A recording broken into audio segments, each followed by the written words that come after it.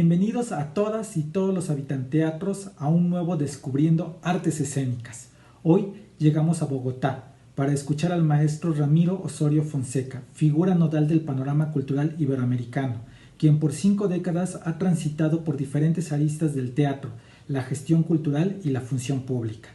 Ministro de Cultura de Colombia, director general del Festival Internacional Cervantino, fundador del Festival Iberoamericano de Teatro de Bogotá junto a Fanny Miquel y actual titular del Teatro Mayor Julio Mario Santo Domingo, entre otras múltiples encomiendas, el maestro Osorio nos habla sobre su propia historia, sus influencias, los retos y desafíos que ha tenido en cada una de sus encomiendas y el futuro que vislumbra en su propia profesión.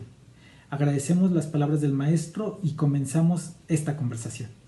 ¿Cómo llegan las artes escénicas, el teatro, a su vida, maestro? Desde prácticamente desde adolescente sentí un gran interés por el teatro y entré al Teatro La Mama de Bogotá a hacer los talleres de formación que tenían. En ese momento, en Colombia, por la propia naturaleza del desarrollo de las instituciones culturales, los teatros fueron creando, los grupos de teatro fueron creando sus salas.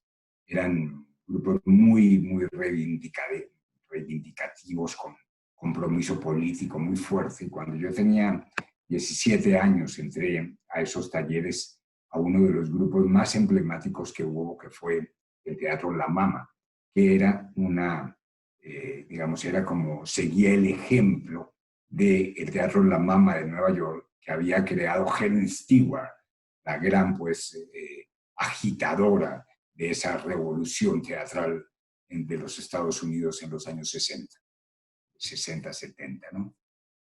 Así que, bueno, desde muy joven entré a estos talleres y cuando estaba yo en el colegio dirigía mi grupo de teatro y al término del bachillerato entré a la Universidad Javeriana de Bogotá a hacer la carrera de letras, en donde también entré a los talleres de teatro que lo dirigía un muy eminente maestro, se llamaba Humberto Quintero, y ahí continué pues con mi formación teatral.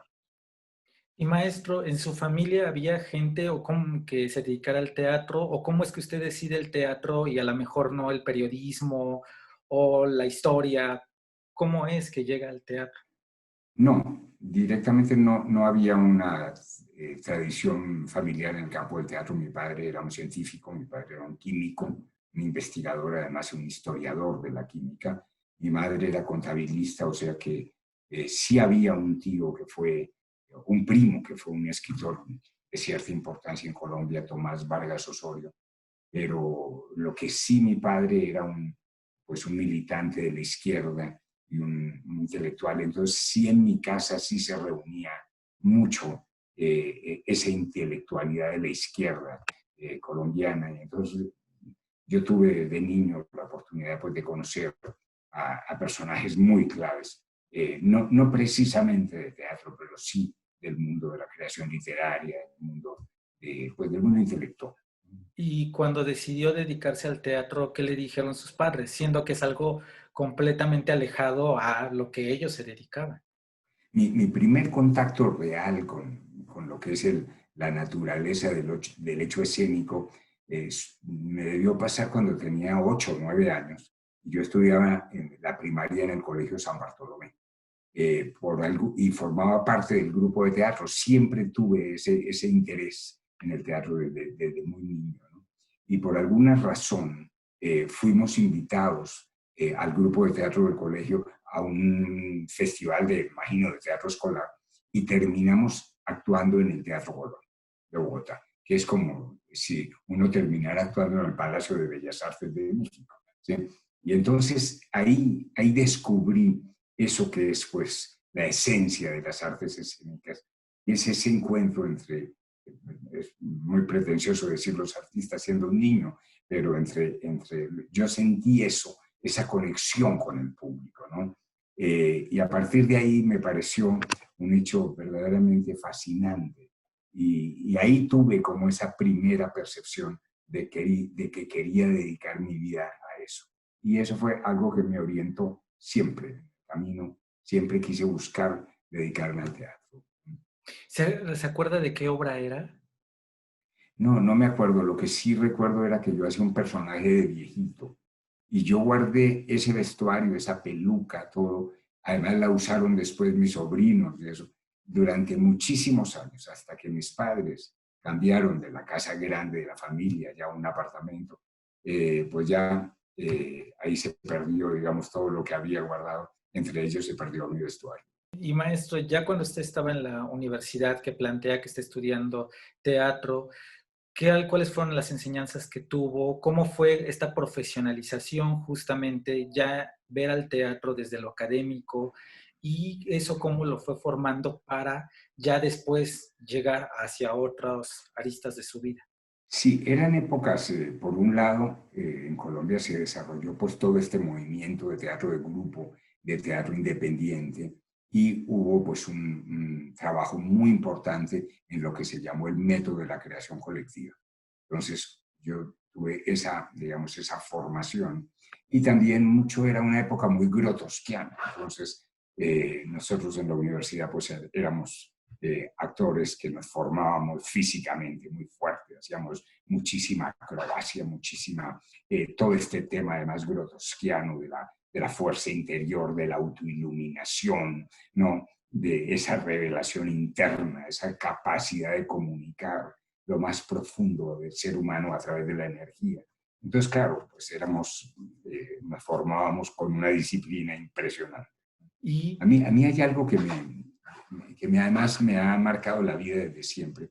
Es que cuando yo empecé a hacer esos talleres, nosotros aquí en este movimiento del teatro independiente, y a la vez que hacíamos pues esos talleres, también nos tocaba hacer los oficios más elementales de una sala de teatro. Entonces, a la vez que aprendíamos los ejercicios de expresión corporal y teníamos clases de interpretación, etcétera, pues también limpiábamos los baños, limpiábamos los pisos, arreglábamos el teatro y después pues nos iban dando, digamos, más responsabilidades y pues, más responsabilidades era pasar al vestuario, lavar la ropa, plancharla, arreglarla, catalogarla, después ya hacíamos taquilla y entonces, bueno, eso para mí fue absolutamente fundamental para el desarrollo de mi vida porque me dio primero un gran respeto por todos los oficios de las artes escénicas, una gran consideración por lo que el esfuerzo que implica cada uno de esos oficios y toda mi vida me he dedicado pues a defender a cada una de las personas que integran esa cadena de las artes escénicas. Y en ese sentido, maestro, ustedes también ya como grupo empiezan a hacer giras, empiezan a moverse, empiezan a justamente a presentar su trabajo en diferentes espacios. Sí, yo creé un grupo, aquí había una que todavía existe, pero en ese momento era muy, muy fuerte, se llamaba la Corporación Colombiana de Teatro, donde estaban agrupados prácticamente todos los grupos de teatro, una cosa muy combativa, un compromiso político de izquierda muy, muy grande. Yo creé un grupo que se llamaba el Teatro Libre Galera y monté una obra que se llamaba La Galera de Kenneth Brown. Pues tuvimos el grupo duró muy poco porque yo después me fui a México. Entonces, vuelvo a la etapa ya de la universidad. Yo estaba en los talleres y formaba parte del grupo de teatro y nos invitaron a un festival en el año 74 en México, que fue el quinto encuentro de los teatros chicanos y el primer encuentro latinoamericano que organizó CLETA. CLETA era un movimiento que se había escindido pues, de la universidad, había tomado el Foro Isabelino en la Ciudad de México y ahí fuimos invitados. Entonces vine como actor a ese festival con mi profesor, con Humberto Quintero, y los dos hacíamos la historia del zoológico de Edward Albee. Entonces a mí me tocó además el privilegio de tener como agregado cultural de Colombia en México a Sergio Magaña. Entonces yo era realmente pues, muy joven, ¿no? Fui pues, a preguntarle cómo era la vida en México, la vida cultural, teatral, etc. Y durante 3 meses tuve la oportunidad de ir primero conociendo su obra, conociendo a ese ser absolutamente fascinante que era Sergio Magaña, y además de ir descubriendo México a de Magaña, ¿no?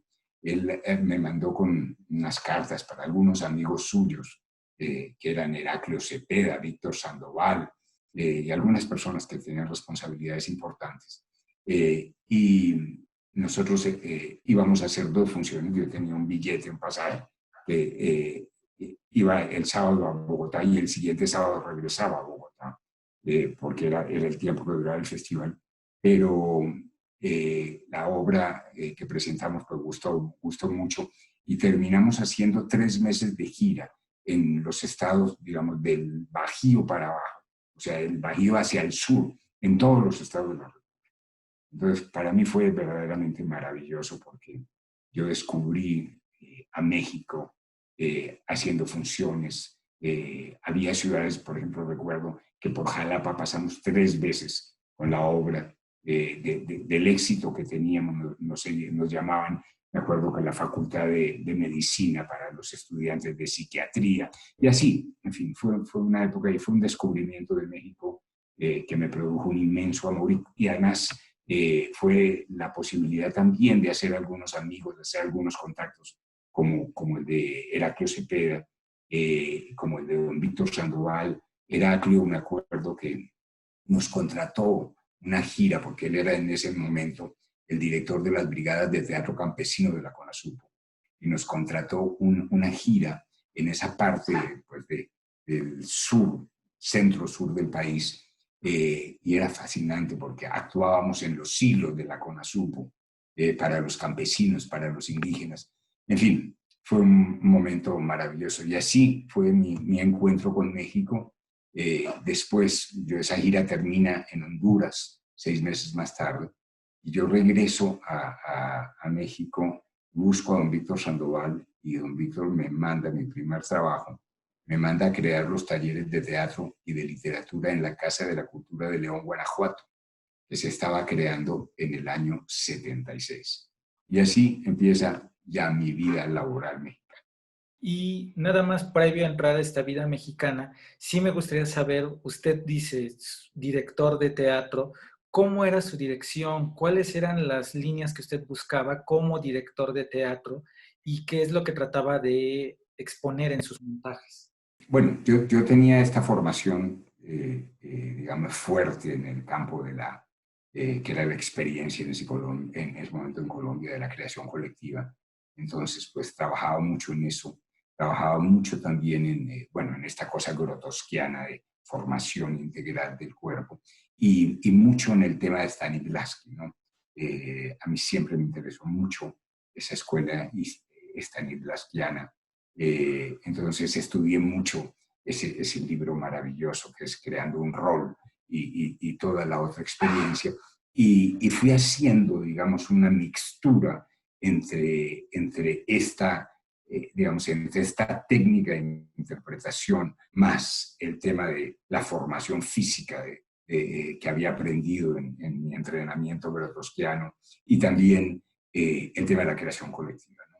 En ese sentido que se hacía en Colombia, en donde no era, digamos, el actor una persona que estaba llamada a que viniera y le montaran la obra, no, en que participaba activamente de todo, participaba activamente de la dramaturgia, de la construcción del proyecto, de la dirección, en fin, resolvía de manera colectiva todos los procesos que tienen que ver en un montaje teatral, ¿no? Entonces, en ese sentido trabajaba y bueno, por ejemplo, en León, Guanajuato, alcancé a montar en ese año 4 o 5 obras de teatro.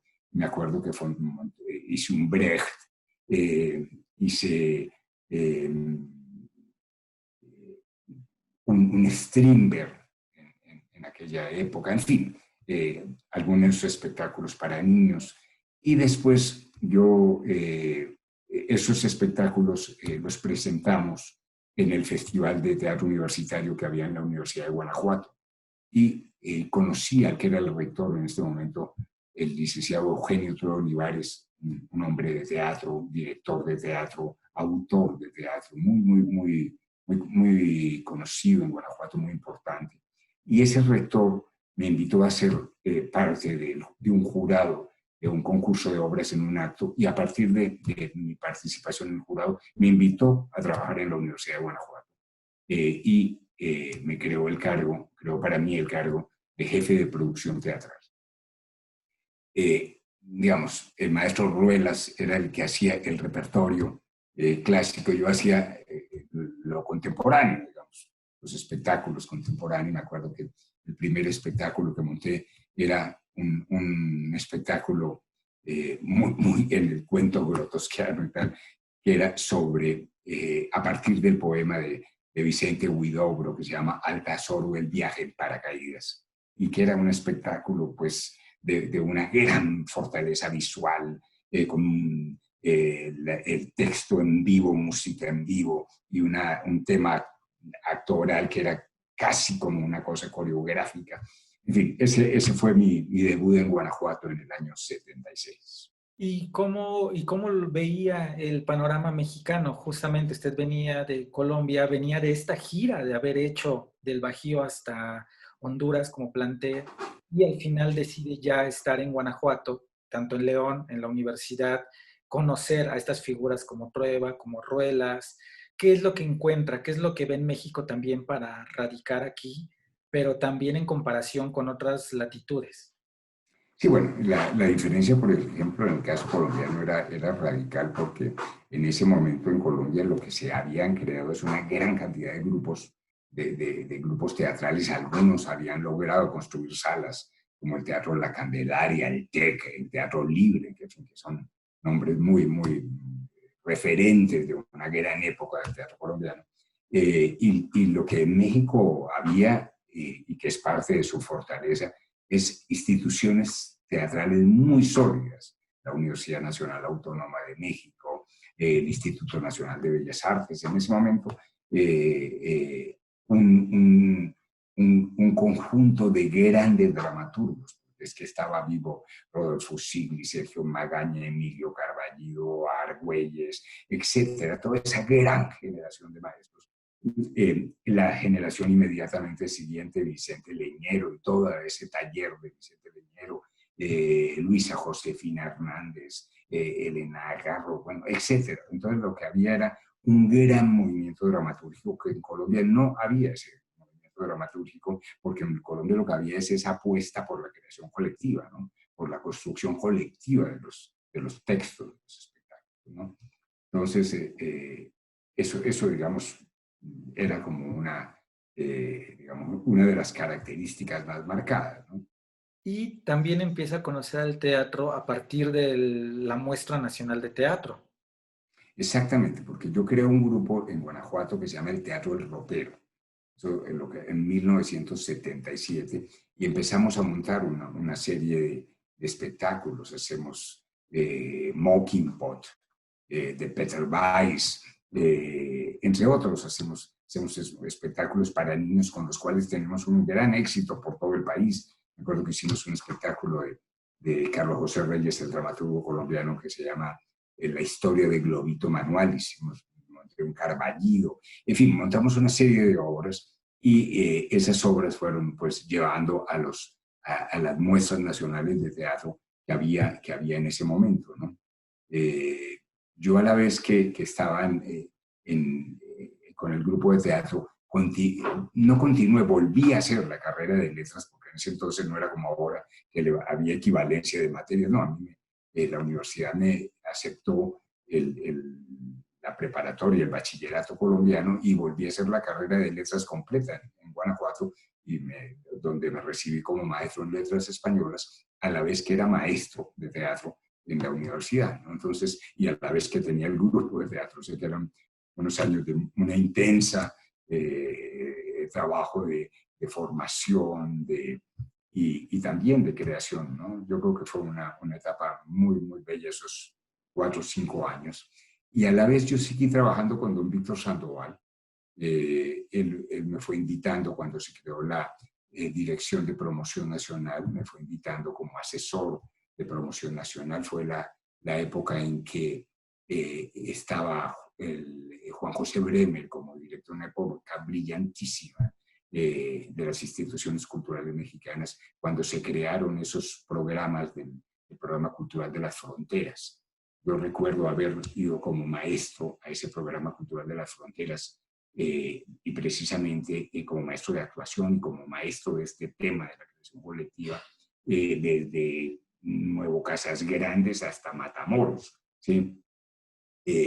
Con el grupo de teatro con el ropero y como maestro, yo recorrí todos los estados de la República, todos. Yo conozco la geografía mexicana de manera realmente presencial. Y después el maestro Sandoval y el maestro Solén, al final de esa administración del licenciado Bremer, me invitan a dirigir la muestra, el maestro Sandoval me invita a dirigir la muestra nacional de teatro. Y yo dirijo la muestra, dirijo 4 muestras, dirijo Acapulco, Morelia, Jalapa y Monterrey. Monterrey se hace en 1996 y la primera, Morelia, es en 1992. Entonces, para mí fue una oportunidad absolutamente maravillosa porque pues, yo ya por las muestras y todo conocía bastante bien el teatro mexicano, pero al organizar la muestra es ir por toda la República seleccionando los grupos que van a participar en la muestra y creando además unos procesos de diálogo, de intercambio metodológico. Y yo creo que estas 4 muestras se caracterizaron por eso, porque fue de verdad la posibilidad de tomarle la temperatura al país teatral, de realmente encontrar un espacio en la muestra nacional para el intercambio metodológico, para esa confrontación artística. Y fue también donde empezamos ya a invitar a directores de festivales internacionales, a programadores. Recuerdo mucho, por ejemplo, en el caso de Jalapa, fue en 1984. Perdón, porque creo que antes dije 96, no. Yo dirigí la muestra del 82 al 86. Fue en 1984, donde se presentaron, entre otros, el Teatro Campesino e Indígena de Tabasco, ¿no? La primera vez que el teatro se presentaba fuera de sus condiciones naturales en la Chontalpa. Y invité pues a algunos importantes personalidades como Joseph Papp, que era el gran productor de Broadway, y a Oscar Ciccone, que dirigía el Festival Latino de Nueva York. Eso hizo que Bodas de Sangre, que fue una apuesta absolutamente histórica del teatro campesino, lo pudiéramos después presentar en el Central Park de Nueva York. Lo presentamos también en la Casa de Campo de Madrid, lo presentamos en Fuente Vaqueros, en España. Y después en el Festival de la Ciudad de México, que yo dirigí un poco más adelante, lo presentamos también en la tercera sección del Bosque de Chapultepec. Entonces, fueron muestras de verdad que empoderaron mucho al Teatro Nacional, ¿no?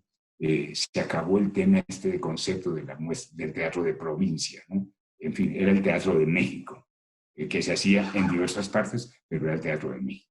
Porque justamente creo eso es bastante interesante, o sea, pensar en la idea del teatro mexicano y cómo lanzarlo hacia otras latitudes y justamente hacer este diálogo. ¿Cómo resolver las asimetrías, ¿no? Cómo pedir entonces políticas que incentivaran el desarrollo regional, que fortalecieran las escuelas que había en diversas partes, que se crearan, digamos, condiciones para el desarrollo estable de grupos, de compañías, en fin, que hubiera los estímulos suficientes que permitieran esa circulación de los productos artísticos. Bueno, yo creo que en esas muestras que se hicieron fueron temas que se debatieron a fondo y permitieron también a las autoridades de todos los órdenes, municipales, estatales y nacionales, tomar unas decisiones para favorecer el teatro.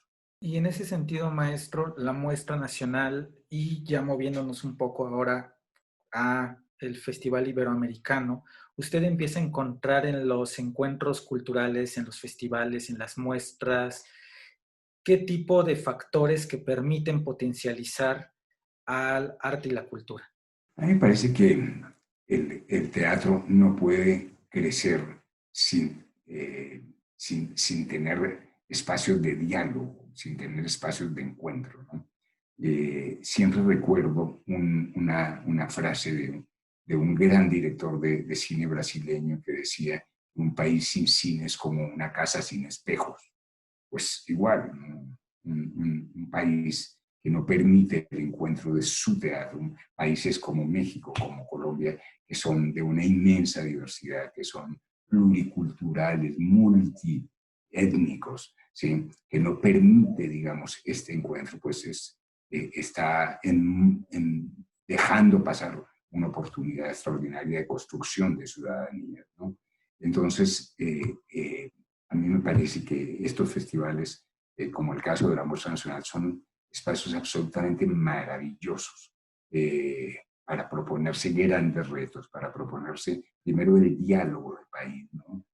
Conocer las voces que hay en todo el país con sus especificidades culturales, con sus especificidades étnicas, en fin, con sus... El tema cuando hablamos de esto tenemos que hablar de los derechos culturales, cuáles son los derechos de las culturas del país, ¿no? Y cuáles son los derechos a la cultura. Entonces, estos festivales son espacios fantásticos para hacer realidad esos derechos culturales en esos dos sentidos. En ese sentido hablamos también de un mosaico, porque no es lo mismo los grupos culturales del norte del país que los grupos del sureste, o hay muchas diferencias tanto políticas, económicas, sociales entre el mismo país que generan diferentes discursos, diferentes lenguajes, diferentes aproximaciones hasta un mismo texto, por así decirlo. Entonces, es muy interesante esa idea de los derechos que se van generando con esta especificidad de cada región. Así es, porque bueno, cada región tiene, México además lo tiene de manera muy marcada en las diferencias entre sus regiones, ¿no? Que son diferencias que pues, también tienen que ver con sus culturas, con sus especificidades, con sus historias y también hoy con la actualidad de problemas como el narcotráfico, como la migración, etcétera, que hacen estados que tienen naturalezas muy singulares, ¿no? ¿Sí? Y que además cambian de manera rapidísima, ¿no? Que son procesos culturales que se van enriqueciendo y transformando a una gran velocidad y que el teatro como pocos lo puede reflejar, ¿no? Eso es muy importante, por eso es tan clave apoyar el teatro contemporáneo, apoyar la creación, apoyar a través digamos, de los artistas esta posibilidad de entender lo que está pasando en nuestro mundo contemporáneo. Y maestro, ¿cómo surge el Iberoamericano de Teatro de Bogotá? Aquí hubo digo hubo porque murió hace unos años, una gran actriz de origen argentino que vino a Colombia y se quedó a vivir y el país la quiso muchísimo. Se llamó Fanny Mickey, ¿no? Yo dirigía en el año 86 el área de teatro y danza de la Universidad Nacional Autónoma de México.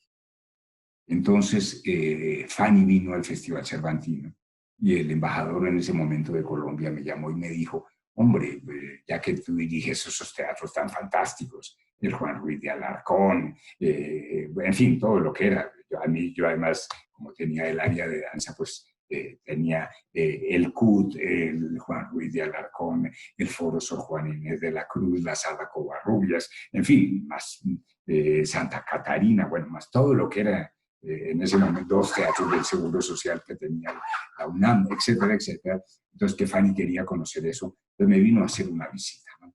Y en esa charla, en esa visita, yo la llevé a conocer el espacio escultórico de la UNAM, tuvimos mucha oportunidad de hablar, nos encontramos después en el Cervantino, nosotros íbamos con un clásico, y ahí empezamos pues un poco a revisar cómo era Colombia. Yo llevaba muchos años ya fuera, llevaba 12 o 13 años fuera de Colombia.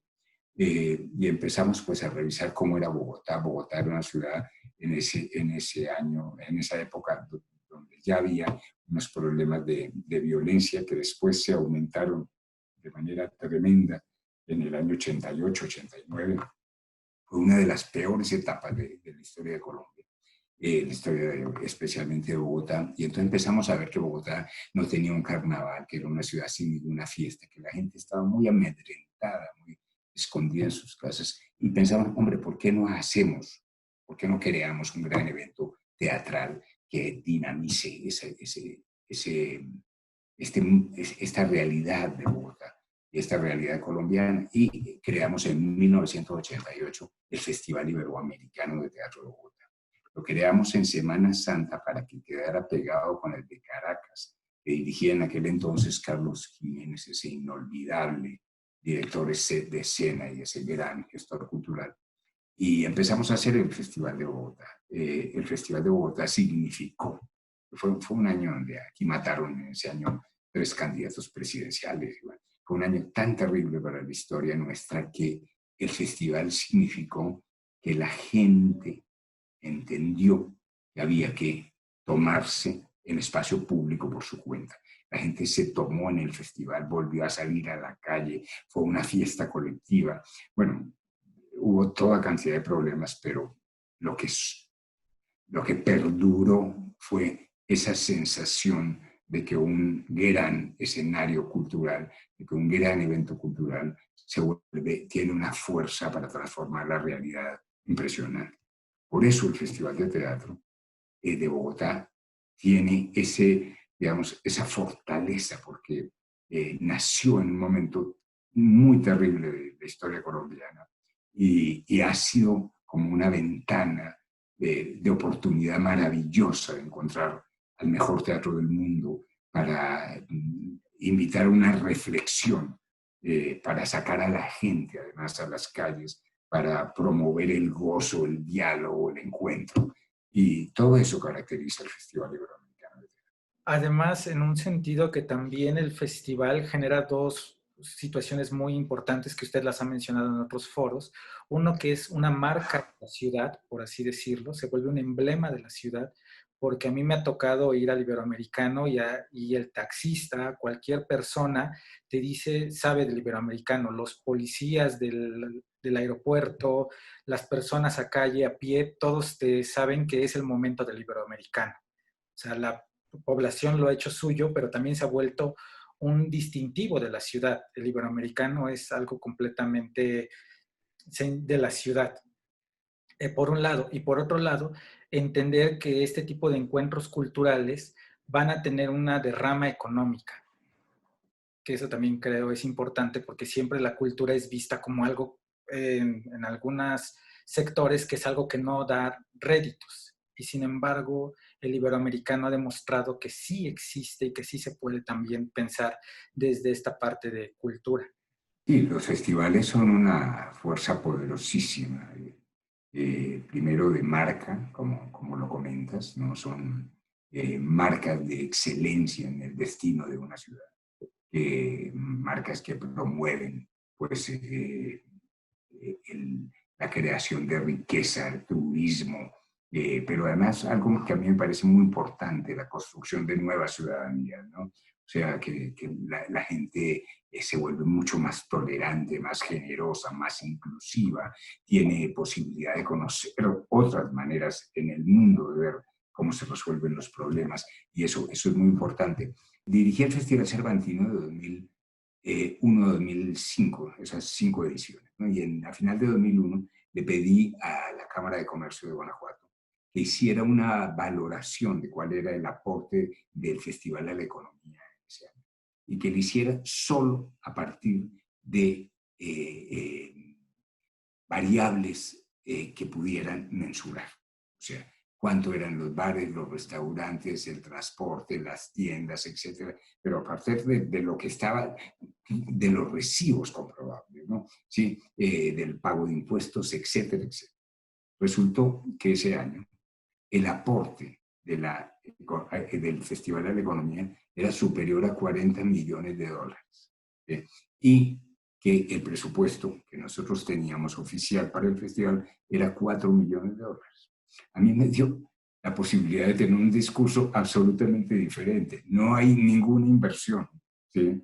Menos ninguna inversión pública, que uno ponga 4 y le produzca 40, ¿no? Ese es, digamos, en fin, ahora ya se hacen con muchos mejores instrumentos, y ahora hay la cuenta satélite en los países que miden el aporte del sector cultural en diversos estamentos a la economía del país, cuánto genera de empleos, etcétera, etcétera.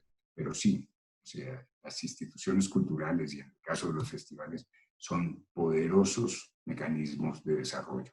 Un festival cervantino en Guanajuato equivale a 2 o 3 meses de la economía de la ciudad, ¿no? De esa dimensión es. Completamente, usted ya en Colombia con el Iberoamericano también asume función pública completamente. Bueno, sí, esto es parte de Exacto. una lógica de la vida como en donde se va construyendo y donde me ha tocado la posibilidad y el privilegio de tener muchas experiencias, de trabajar con gente de la cual he aprendido mucho. Uno de ellos, de los que el que quizá más he aprendido, fue don Víctor Sandoval, el gran poeta y gestor cultural y promotor cultural mexicano. Con él tuve las experiencias más importantes, ¿no? Del país, en donde como la gestión cultural es una función tan absolutamente fundamental en sociedades como las nuestras, porque el gestor cultural es un transformador, es el que es capaz de proponerse retos, el que es capaz de concitar voluntades, de construir en espacios de gran complejidad. Y entonces, claro, esto que les he contado, pues me fue tocando desde el punto de vista de como actor, como director, hacer pues un trabajo bastante arduo durante muchos años, también como gestor cultural y tal. Entonces, al final del año 91, el presidente de Colombia, César Gaviria, me invita a dirigir el Instituto Colombiano de Cultura. Colcultura es como decir, me invita a dirigir con la CULTA en ese momento, que era la institución colombiana que se encargaba pues de los temas culturales y que tenía a su cargo museos, teatros, parques arqueológicos, centros de investigación, etcétera, ¿no? Dirijo en esos años del gobierno del presidente Gaviria el instituto. Creamos un Plan Nacional de Cultura 92-94, que fue muy importante porque en el último punto eran 20 grandes líneas de trabajo y la última línea era la construcción, y digo construcción porque así se hizo, de un proyecto de ley general de cultura. Y hicimos una construcción en la que participaron más de 10.000 personas en el país, ¿sí? A las que se les preparó para esa participación. Y se elaboró una ley general de cultura que después, cuando termine ese gobierno, el siguiente presidente, el presidente Ernesto Samper, me invita para presentar al Congreso esa ley general de cultura que se aprueba en el año 1997 y que crea el Ministerio de Cultura. Es importante decir que crea el Ministerio de Cultura porque la antigua institucionalidad, o sea, Colcultura, no para las nuevas responsabilidades que la Constitución del año 91 estableció para el Estado, no, esa antigua institucionalidad no podía cumplir ya esas obligaciones. Y por eso se creó un nivel superior institucional que fue el Ministerio de Cultura, y me toca a mí el privilegio y la responsabilidad de ser el primer ministro de Cultura, de construir ese ministerio y hacer el tránsito entre Colcultura al Ministerio de Cultura y de sentar las bases de lo que es hoy pues, una política cultural muy importante, muy fuerte, y que digamos, si yo la podría describir de manera muy breve, que se ha orientado a ser real el ejercicio de los derechos culturales que estaba comentando y a construir desde el criterio de la corresponsabilidad una serie de medidas que permitan la participación de la sociedad colombiana en su conjunto para el financiamiento de la cultura y las artes. Eso es, digamos, más o menos a grandes rasgos lo que es el ministerio, lo que ha venido constituyendo esta experiencia. Hace poco, el presidente Iván Duque promulgó un decreto que es el 697, en donde se permite el descuento el 165% de la renta líquida gravable para todos los aportes que se hagan a la cultura, así sea en cualquier sector, a la investigación, a la creación, a la construcción, etcétera, a cualquier aspecto de la vida cultural colombiana. Y para el año 2001 se dejó un cupo de 581 mil millones de pesos solo para esa parte del descuento tributario. Si a eso se le suman el presupuesto normal del Ministerio de Cultura, estamos hablando de un salto verdaderamente muy importante. Pero yo recalco esto que fue lo que nosotros vinimos desarrollando desde el principio, es ese criterio de la corresponsabilidad. En materia cultural, en un país como los nuestros, la cultura y las artes es una tarea y una responsabilidad de todos, no solo del Estado. Y el Estado tiene que construir esos mecanismos para hacer posible esta participación. Y en este caso, maestro, ¿cuáles son otros fundamentos de esta Ley General de Cultura? O sea, ya nos mencionó algunos, pero ¿cuáles eran otros que se mencionaban? La Ley General de Cultura tuvo o tiene aspectos fundamentales. Por ejemplo, se crea una serie de sistemas. Hay uno que es el sistema de concertación. O sea, el Estado tiene la obligación de hacer posible el desarrollo de instituciones artísticas y culturales. Y en este caso voy a poner un ejemplo que comenzamos nosotros en el año 92, que fue las salas concertadas. En ese momento, cuando yo soy nombrado director de Colcultura, hay más o menos 70 salas de teatro que son propiedad de grupos, que son salas privadas. Cada una pues tiene una política de repertorio, tiene una experiencia propia de formación, obviamente tiene un propósito fundamental de servirle a su comunidad, de enriquecer la vida de su comunidad. Y entonces creamos un mecanismo, que es que a cambio de que las salas cumplan o cumplieran en ese momento 5 condiciones, el Estado daba un aporte, tanto el gobierno nacional como el gobierno de la ciudad, daba un aporte que permitía que esa sala pudiera ya tener una estabilidad, que esa sala ya cubriera sus gastos, que no se cerrara, que no estuviera todo el día en esta cosa de que reúno, no. Tenía ya un dinero fijo y tenía que cumplir cinco obligaciones, que eran montar una obra de autor nacional, montar una obra para niños o jóvenes, ofrecer un taller abierto a la comunidad, una política de precios específicos para comunidades vulnerables y un acuerdo de publicidad. ¿Qué pasó al siguiente año? Que se montaron 70 obras de autores nacionales, se montaron 70 obras para niños o jóvenes. Ese caso, ese ejemplo del teatro, pues se volvió también, ahora hay un sistema nacional de concertación en donde hay museos concertados, orquestas concertadas, bibliotecas concertadas, etcétera, etcétera. Eso es una línea, ¿no? Hay otro tema que es absolutamente fundamental en la Ley de Cultura de Colombia, que es la participación ciudadana. Se creó un sistema nacional de cultura, en donde está compuesto por los consejos municipales de cultura, los consejos, aquí se llaman departamentales, allá serían los consejos estatales y el Consejo Nacional.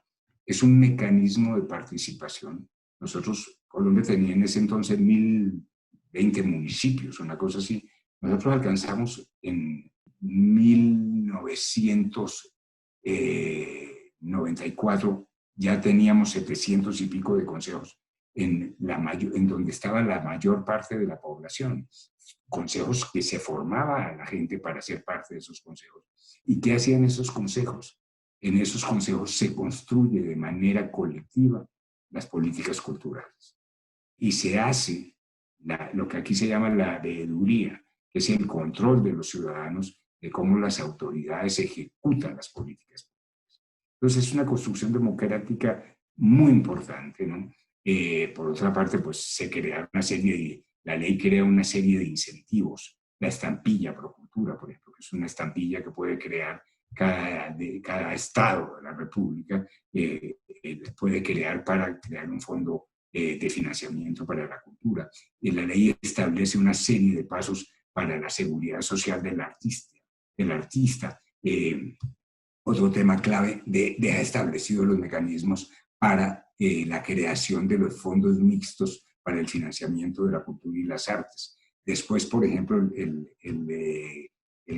caso de las artes audiovisuales acá ha tenido un desarrollo extraordinario porque se crea el Fondo Nacional Cinematográfico que permite que Colombia pase de producir 5 películas en un año a 40 en el año siguiente por toda la cantidad de incentivos que se crean para la producción, para la distribución de todo el mercado audiovisual. Se crea una ley del libro muy importante. En fin, sería un poco largo entrar al detalle, ¿no? Pero justamente nos da un panorama, que eso es importante. Y iniciando el siglo XXI, usted regresa a México, con la experiencia del Gran Festival de la Ciudad de México, con Sevilla entre Culturas, si no me equivoco. Así es. Y también con el de Artes de San José. Así es. Llega usted al Festival Internacional Cervantino como director general. ¿Cuál era el objetivo? ¿Cuáles eran estos grandes retos de un festival que ya tenía 20 y tantas ediciones, si no me equivoco, para ese momento? Que surge en el 72, si no me equivoco. Entonces, ¿cuáles eran los retos justamente para modernizarlo, para llevarlo a este siglo XXI? Bueno, a mí me toca ser director del Festival Cervantino de una manera un poco muy singular, ¿no?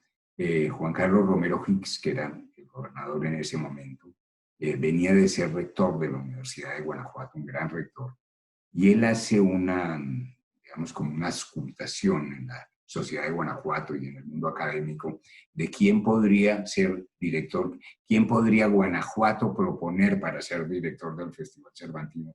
Porque en Guanajuato siempre ha habido como la sensación, y yo digo, yo me pongo del lado de los guanajuatenses, porque yo estudié en la Universidad de Guanajuato, fui un profesor, tuve un grupo de teatro, en fin, a mí la gente de Guanajuato me considera uno de Guanajuato. Y en ese proceso de auscultación que hizo el gobernador, salió en todos los casos que la gente sugería mi nombre para dirigir el Festival Cervantino.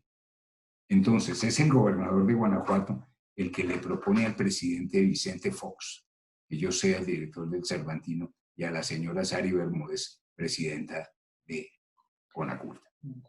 Así que así llego yo a ser director del Cervantino. Entonces, había pues, digamos, grandes desafíos uno era cómo integrar un órgano de gobierno en donde tuvieran, digamos, con la misma posibilidad con la misma autoridad y la posibilidad de incidir en la toma de decisiones, el gobierno de la República, o sea, el Consejo Nacional para la Cultura y las Artes, o sea, la Federación, con el gobierno del Estado, el gobierno municipal, la Universidad de Guanajuato, que en Guanajuato es muy importante esta institución, entonces se creó ese órgano de gobierno. Por otra parte, había, digamos, de cara a la sociedad guanajuatense, había unas reivindicaciones muy importantes, ¿no? Una es que la sociedad se sentía bastante ajena a la realización del festival. Por ejemplo, entre el domingo por la tarde al viernes, los teatros tenían muy poca ocupación en el festival, porque la gente de Guanajuato estaba como desconectada del festival en su mayoría. Nosotros, ¿qué hicimos? Empezamos a hacer una serie primero a reconocer que el festival es de los primeros dueños del festival son los de Guanajuato. Entonces creamos un carnet que se llamaba Amigo del FIC, solo para los que vivían en Guanajuato. Y con ese carnet tenían el 70% de descuento entre semana, ¿sí? Fui con el gobernador y le pedí que para los maestros, para los trabajadores del Estado, les hiciéramos el 50 o el 70% de descuento, pero que lo hiciéramos desde la nómina y que a esta gente que tenía ese interés les descontaran en 6, en 8 quincenas el dinero que gastaran en entrada. Bueno, de verdad que al año siguiente todos los teatros se llenaron durante todos los días. y el orgullo de la gente de Guanajuato, el orgullo de los profesores, el orgullo de los trabajadores del Estado, de ir al Teatro Juárez, de ir a las funciones, fue verdaderamente muy importante. Otro punto que era clave era cómo hacer que los artistas de Guanajuato, el festival provocara procesos de cambio, ¿no? Procesos de diálogo, cómo hacer coproducciones entre artistas de otros países con artistas de Guanajuato, cómo elevar la calidad artística de los grupos de Guanajuato. Ese fue también otro desafío. Había un problema que era gravísimo, que era la cantidad de gente joven en las calles los fines de semana, sin actividad, ¿sí? Entonces, pues todo el alcohol, todos esos problemas de orden público, etcétera. Y entonces nosotros tomamos la decisión, yo tuve siempre, una de las cosas que aprendí con don Víctor Sandoval, es que uno no puede dirigir instituciones si no tiene un gran equipo. Y yo tuve pues un gran equipo de colaboradores. Entonces, no sé, Ángel Ancona, Jaime Suárez, Lourdes Gómez, Marcela Díez, Mariana Aymerich. Las dos últimas ya, una fue directora y la otra es la actual directora del Cervantino, Ramón Montes de Oca. En fin, entre muchos otros colaboradores. Hicimos, Evangelina Ocio, etc. Hicimos un gran equipo, ¿no? Y entonces este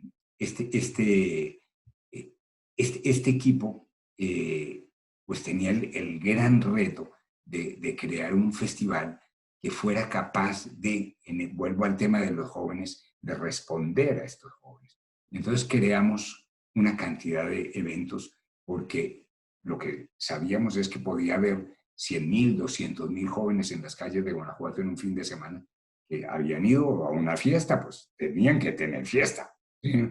Entonces, y la fiesta es la fiesta cultural, ¿sí? Entonces, creamos, por ejemplo, a la entrada de Guanajuato, en esa zona que se llama Los Pastitos, grandes espectáculos. Pero cuando digo grandes espectáculos, para 20, 30.000 personas. Hicimos una prueba 2 años que hicimos los grandes conciertos de la Hierbabuena. La Hierbabuena es un espacio que queda a la entrada de Guanajuato.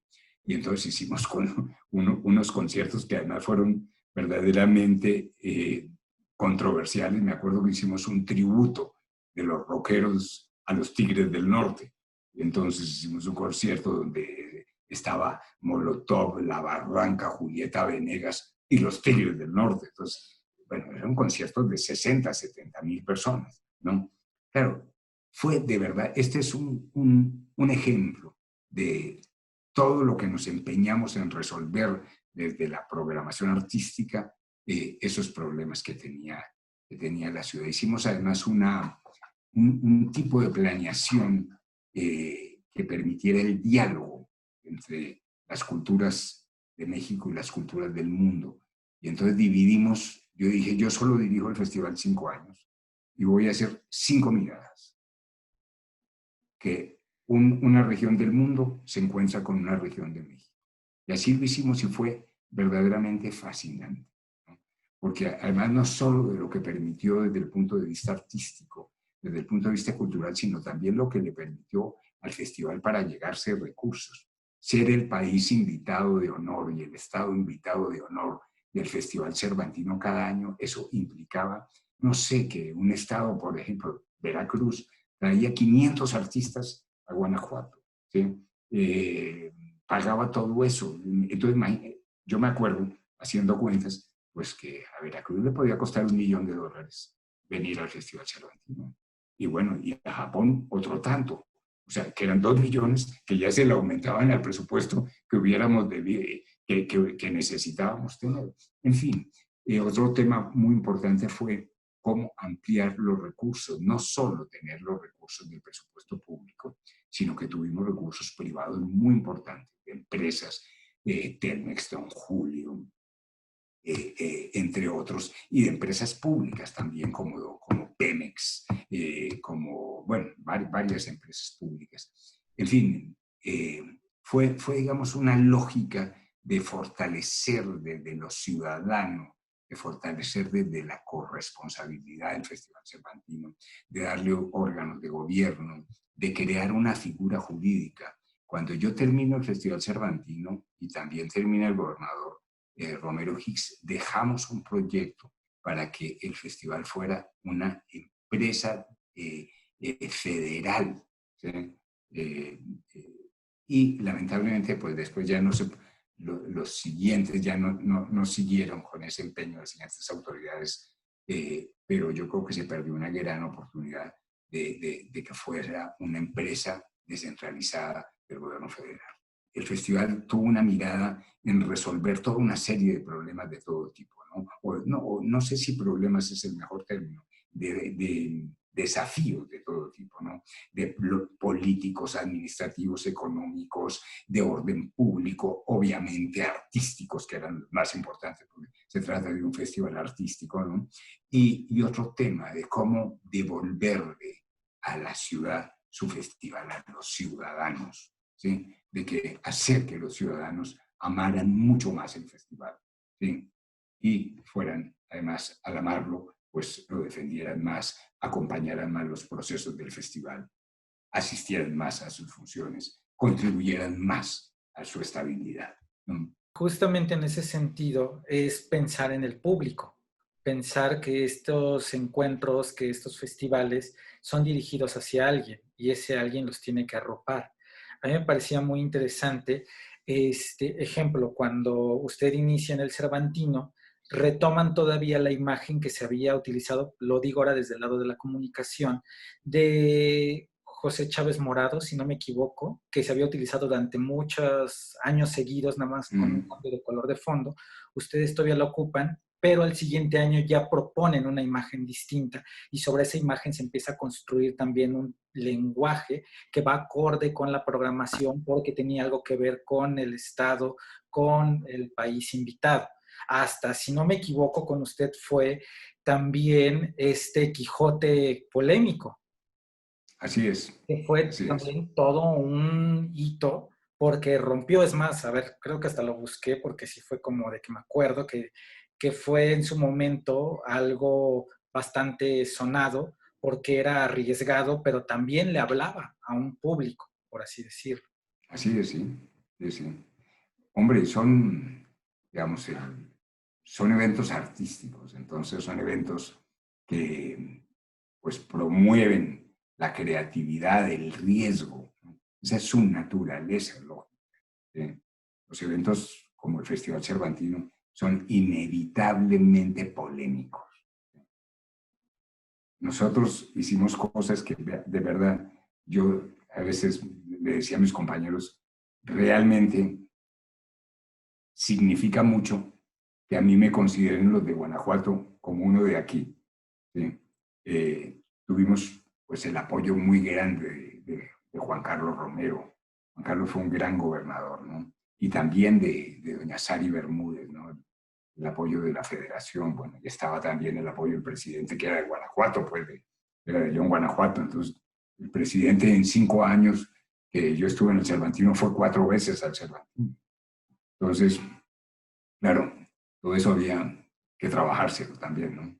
Ya después, ahora, ya nos venimos un poco más para acá. En 2010, usted asume la dirección del Teatro Mayor. ¿Cómo surge eso? ¿Cómo lo invitan? ¿Cómo decide? ¿Y cuál es el espíritu del Teatro Mayor? Yo llego a esta responsabilidad como me ha tocado todo en la vida. Es como un proceso de aprendizaje en donde he tenido que pasar una serie de etapas en lo artístico, lo político, lo diplomático, el liderazgo, etcétera, para tener una responsabilidad como esta. El Teatro Mayor es el último complejo de grandes proporciones que se ha construido en Colombia. Es un edificio, es un centro cultural que se llama Centro Cultural Biblioteca Pública Julio Mario Santo Domingo.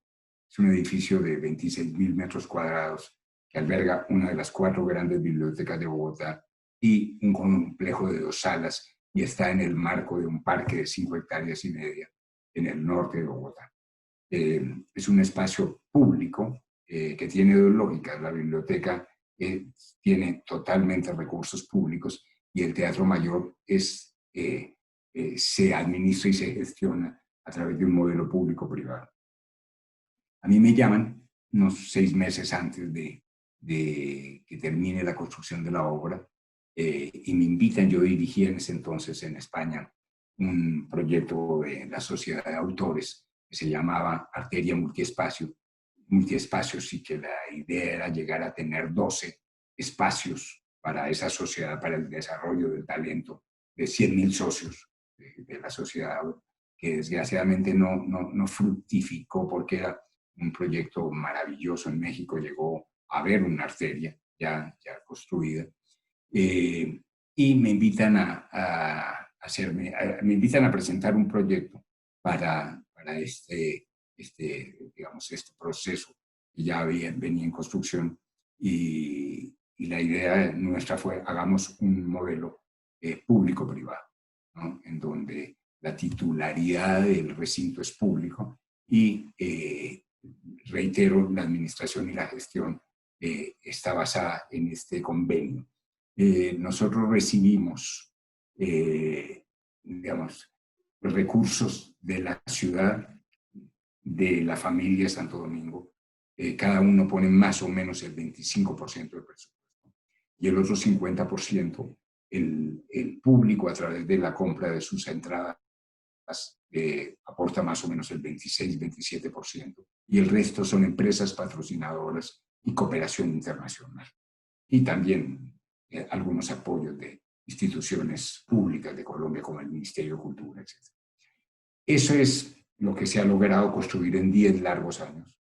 Es un proyecto de sostenibilidad que en medio de la pandemia ha logrado pasar con éxito y obviamente con muchísimas dificultades. Y al ser un modelo público-privado, pues ha tenido que ser muy innovador.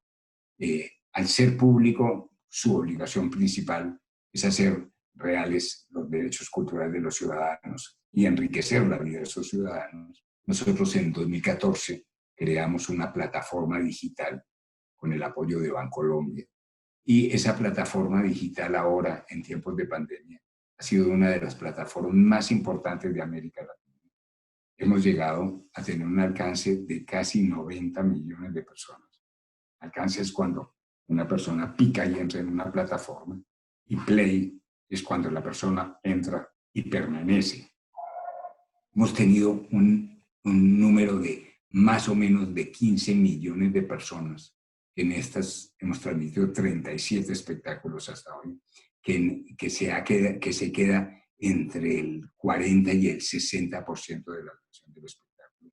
En fin, esto es un ejemplo de cómo el Teatro Mayor, en un ángulo de visión, ha sido tan innovador por su propio modelo, porque es un teatro. Este modelo implica estar buscando todos los días nuevos espacios para cumplir sus funciones, nuevos negocios. Y entonces la pandemia sí que ha sido verdaderamente clave en este sentido, ¿no? Primero, de que nos encontró muy bien preparados, nos encontró con una plataforma muy robusta, con mucha experiencia, con mucha habilidad de ir descubriendo nuevos espacios para conseguir nuevos recursos. Y bueno, logramos pasar este año y vamos ya preparados para el futuro que vemos será ya inevitablemente digital también.